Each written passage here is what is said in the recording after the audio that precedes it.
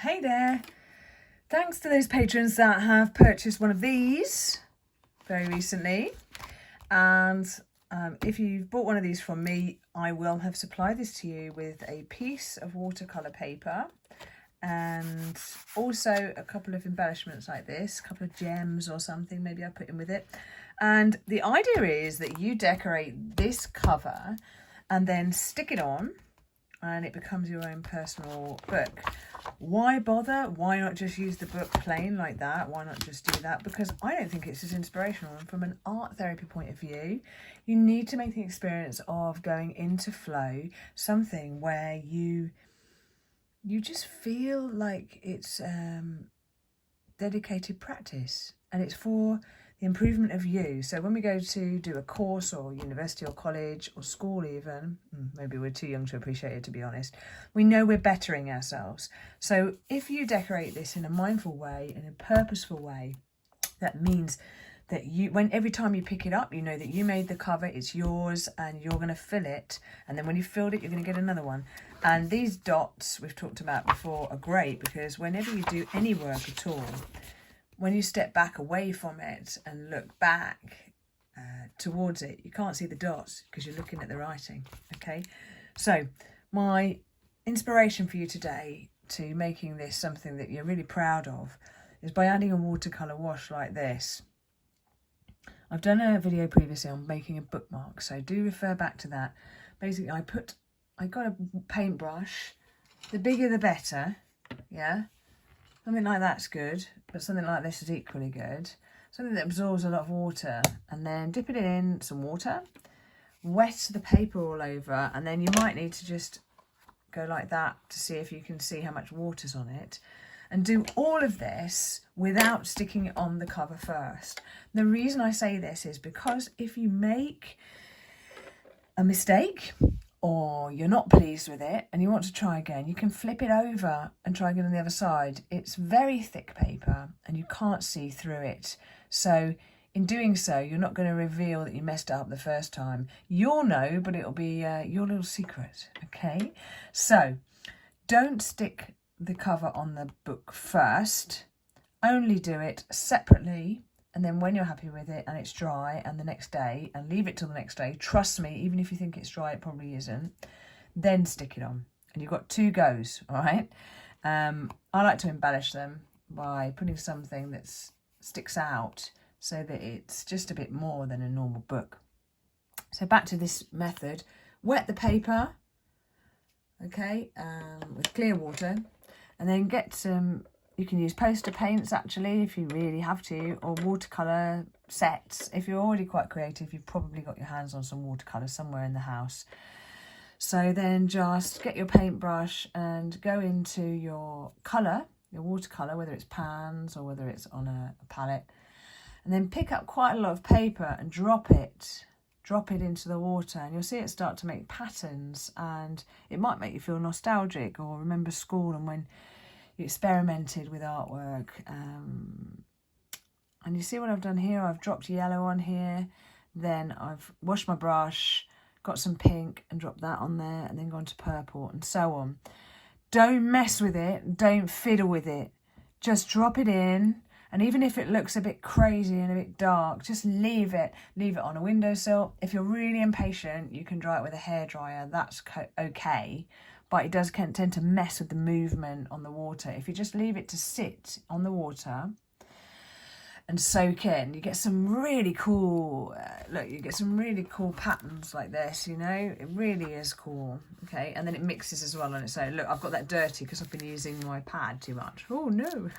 Right, and then the most important thing is the writing. Okay, so you don't have to write on it if you don't want to. Maybe you just want to put your name, maybe you just want to put inspiration. Maybe you want to put an inspirational quote that means a lot to you, that will make you feel motivated. So from a mindful art therapy point of view, putting some kind of phrase on here that resonates with you is almost like an affirmation. In seeing that, you will remember what you intended to do. You intended to get really good at your handwriting. You intended to impress people and be able to make birthday cards. and your intentions are really, really good and so creative. So why not do something on the front of your book that reminds you what you meant to do? And then when you're having a bit of a crap day, or a day where you're just not feeling that motivated and you're wondering what it's all for, to be honest with you, you know, if you're just not sure and you're just not feeling it, this may well be the difference in you being able to motivate yourself and get on with it. So I don't do my writing on top of a piece of art like that until the next day, unless it's something that's really got to be fast, maybe a last minute birthday card or such like.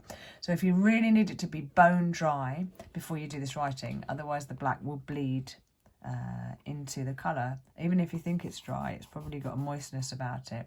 So be patient, wait, think about what you want to put on there, and yeah, put something that means something to you, or keep it simple, or draw something and do it in black so it stands out against the background.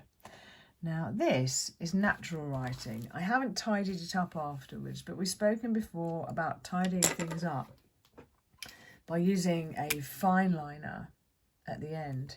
So if you wanted to be picky about what this looked like, you could in fact tidy it up afterwards by using a fine liner to just define that edge, okay? So you can make it perfect. And if when you're doing your downstrokes, the line wasn't quite thick enough, just thicken it up. Yeah. Some people are big laminating fans. I'm not, but it's got its purposes, especially if you want to laminate something to put in your pocket that lasts you for ages. I don't think you need to laminate, especially if you're going to put embellishments on it. Ask me if you want to know where to get these kind of things from at not an expensive rate. I do have some good connections that sell craft materials and card making materials, which are beautiful, and very often they can fit colour schemes and stuff like that as well, so you can get selections. So do let me know if you want to know about that. Also, I know a very good friend of mine who does do card making sessions using things like cutting tools and ways to stamp designs on things, and this kind of writing can really, really complement that. So if you make a card like that, where you've gone to a workshop and you've produced something, the last thing you want to do is think, oh no, my writing doesn't look very good, I'm going to ruin the whole effect. Well, this can really knock it out the park. Look, see, I'm sitting here talking to you and I'm seeing little things I want to tidy up. I've been using this book for a while now, and it hasn't really bothered me. And that's interesting. It hasn't bothered me that it wasn't perfect. Maybe today I'm having a day where nothing's quite perfect, so I'm finding fault. And maybe that's just something that will make us feel better if we need to put the world to rights. So from an art therapy point of view, by putting an affirmation on the cover of your book, I'm hoping it's going to... Oh, look, there's another one. I'm hoping it's going to inspire you, because that's what it's all about. Being better at what we do, feeling better, and sharing that with other people. Sharing with other people the best self, the best part of us that we can possibly be. And using it for the benefit of everything that we do. So I'll be doing more videos on what to fill this with, including perhaps putting a title page with your name. There is another video already I've done which talks about putting your name in something, so look out for that. And then we'll be talking about how to do something like this, and I've already told you to practice, so this has got 60 sides of practice area for you. And hopefully that's inspired you to create the cover for your journal and make it your own. And I'll be back with you soon for another video about how to fill it up.